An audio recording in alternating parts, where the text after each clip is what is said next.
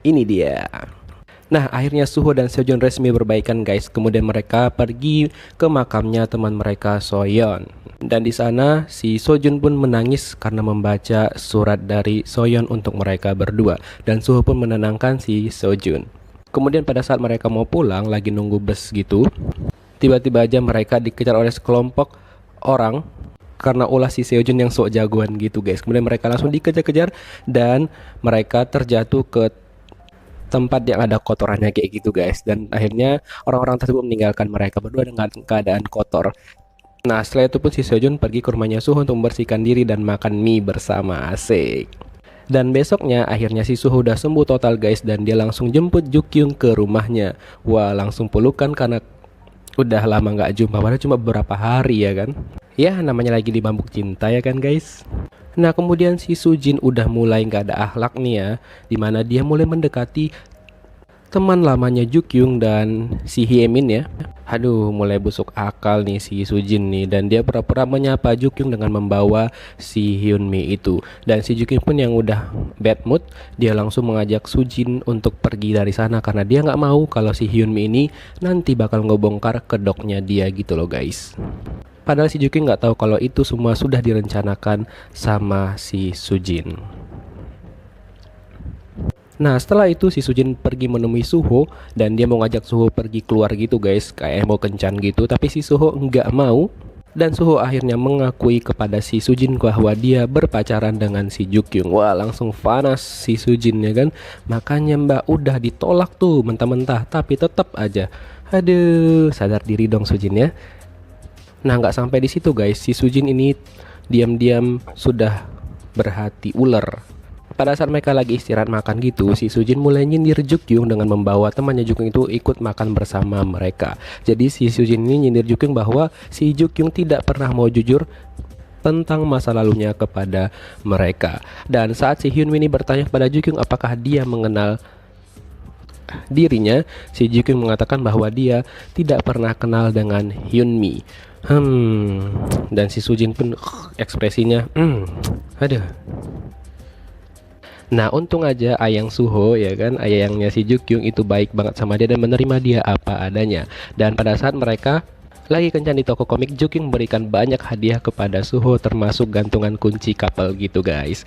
Dan juga Jukyung memberikan rajutan untuk Suho. Dan pada saat sampai di rumah, si Suho nggak tahu saking bucinnya atau gimana ya, dia langsung belajar ngerajut dengan ngeliat tutorial cara ngerajut. Aduh, nggak gitu juga konsepnya Suho, tapi ya udahlah ya, namanya juga lagi bucin-bucinnya.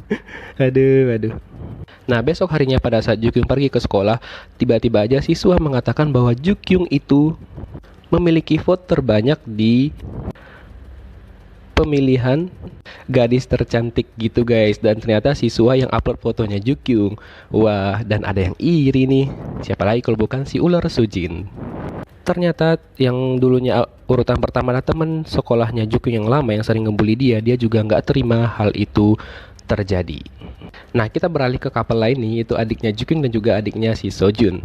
Mereka berdua ini sebenarnya nggak tahu lah ya gimana adiknya Jukyung itu gak tahu tiba-tiba cinta mati banget sama adiknya si Sojun. Tapi adiknya Sojun mengatakan untuk tidak pernah mengganggunya lagi. Apalagi Gowon tahu bahwa dia adalah adiknya Jukyung, jadi dia gak enak sama si Jukyung. Dan dia berpesan pada adiknya Jukyung untuk tidak pernah mengganggunya lagi. Wah, sad boy, kasihan ya.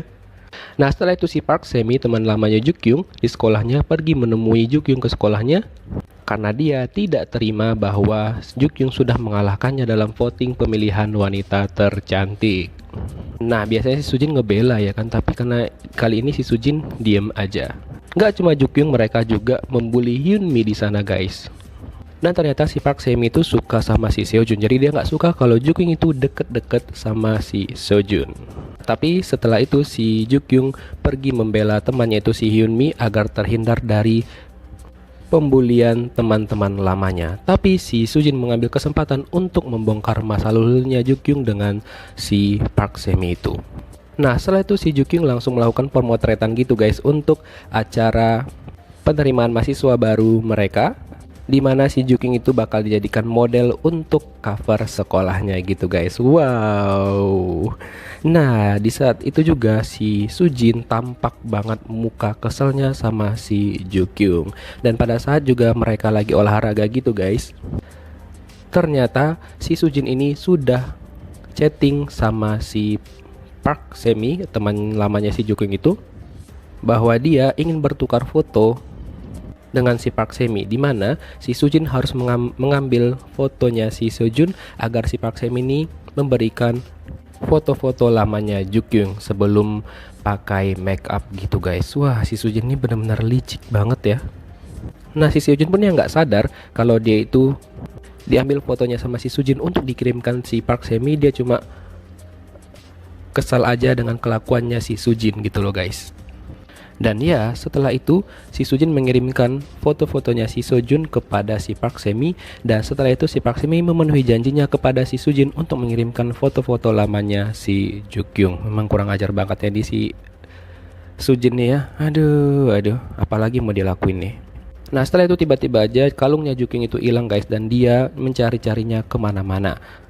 Dan si Suha pun menawarkan untuk membantu Jukyung mencari kalungnya tersebut kecuali si Sujin. Karena ternyata guys, kalungnya itu udah ditemukan sama si Sujin pada saat lagi di jalan gitu guys. Tapi dia tidak mau memberikannya kepada si Jukyung. Bener-bener licik parah nih orangnya. Nah si Sojun pun membantu si Jukyung untuk menemukan kalungnya yang hilang. Cie.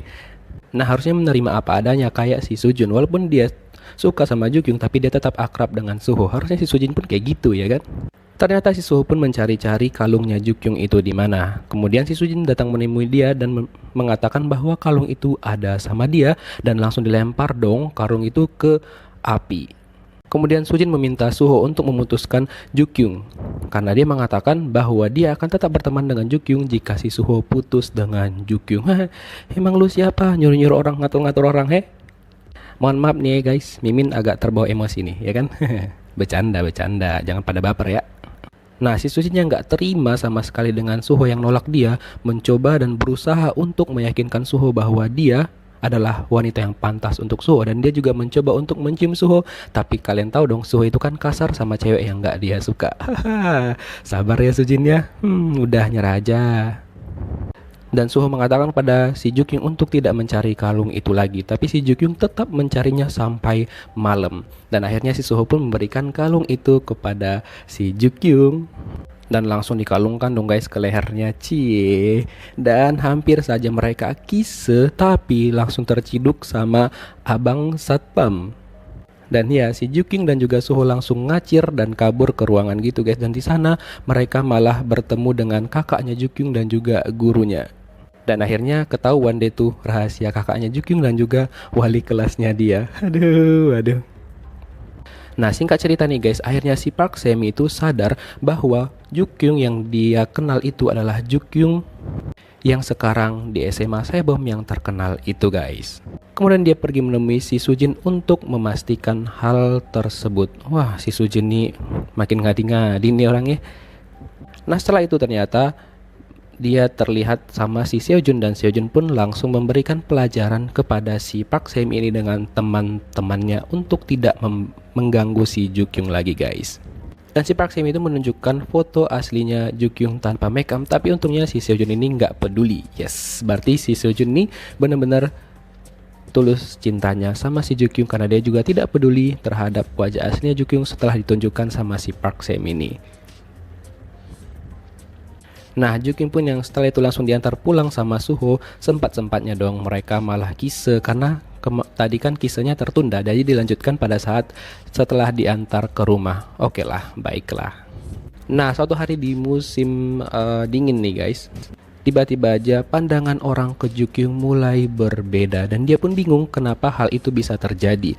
Ternyata guys, Suha langsung menceritakan pada Jukyung bahwa sudah tersebar foto-fotonya tanpa make up. Dan si Suha pun langsung kecewa kepada Jukyung termasuk teman-temannya. Dan si Sujin pun tertawa seperti iblis gitu guys. Dan itu kasihan banget si Jukyung karena semua orang sudah memandang Jukyung seperti di sekolahnya yang lama. Kemudian di preview episode 13, Suho dan juga Sojun membantu Jukyung untuk melepaskan poster-poster yang sudah menjelekan Jukyung, dan si Sojun pun menuduh si Park Semi yang melakukan hal tersebut. Tapi kayaknya si Sujin sih, kalau menurut Mimin ya. Dan Mimin berharap bahwa Suah itu tetap berpihak kepada Jukyung. Dan si Suho pun mengatakan pada Jukyung bahwa dia tidak peduli apapun kata orang lain, gimana pun wajah Jukyung tanpa makeup, dia tetap cinta kepada Jukyung. Nah, yang lebih parah adalah si Sujin mengatakan pada Jukyung untuk pergi sejauh-jauhnya. Dan kayaknya Jukyung pun mengatakan pada orang tuanya untuk pindah sekolah gitu guys. Dan orang tuanya mengizinkannya. Dan ada foto-foto syuting tersebar mereka lagi di bandara. Nah, kira-kira apakah Jukyung yang bakal pergi? Kita lihat aja kelanjutan di episode minggu depan. Thank you for watching guys. See you next video. Bye-bye.